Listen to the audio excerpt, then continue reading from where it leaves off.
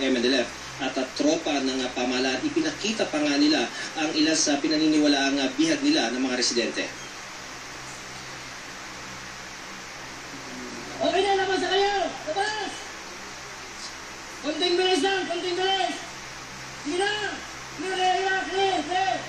May hawak na puting tela ang mga residenteng bihag ng paksyon ng MNLF nang saglit sila ipakita sa mga sundalo dito sa barangay Santa Catalina, Zamboanga City. Humigit kumulang 10 katao na pawang kalalakihan ang may hawak ng puting tela. Sa ilang segundo na naipakita sila, halatang balisa sila habang iwinawag-ayway ang puting tela. Para sa impormasyon na ako ng militar, nasa likod lamang ng mga bihag ang miyembro ng MNLF faction ang wating umano ng paghingi ng ceasefire. Pero bago nito, pasado alas 8 kanina umaga, muling umalingaw-ngaw ang sunod-sunod na putukan sa pagitan ng tropa ng pamahalaan at tropa ng isang paksyon ng MNLF. Muling nangyari ang putukan sa barangay Santa Catalina at barangay Santa Barbara kung saan pinaniniwalaan at kukuta pa rin ang mga rebelde. Pinasok ng mga sundalo ang isang kalye kung saan daw naroon ang mga rebelde.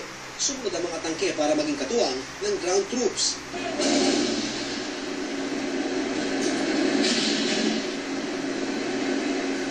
Nagpatuloy ang palitan ng putok.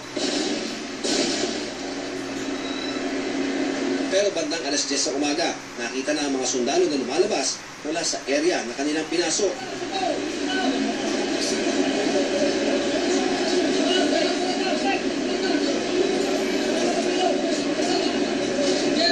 Matras rin ang mga tangke na pinapuputukan pa ng mga rebelde.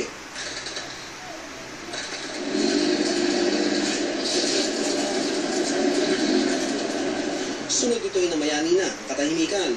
Pero may paisa-isa pa rin puto. Pero pasado alas 2 ng hapon, narinig uli namin ang mga sunod-sunod na palitan ng puto.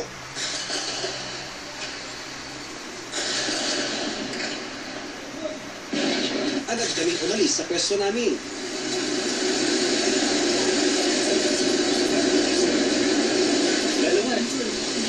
Mag-aalas 3 ng isang bala ng M203 grenade launcher ang tumama malapit sa aming orihinal na kinaroroonan. Kunti na lang, dito sumabog. Mag-aalas 4 ngayong hapon, may usok namang nakita sa Santa Barbara sa isang komunidad sa likod lamang halos ng Zamboanga City Medical Center. Dito kalayuan sa sunog kahapon. Sabi ni DILG Secretary Barojas, 5 pa rin ang patay, pero nadagdagan ang sugatan na ngayon 36 na.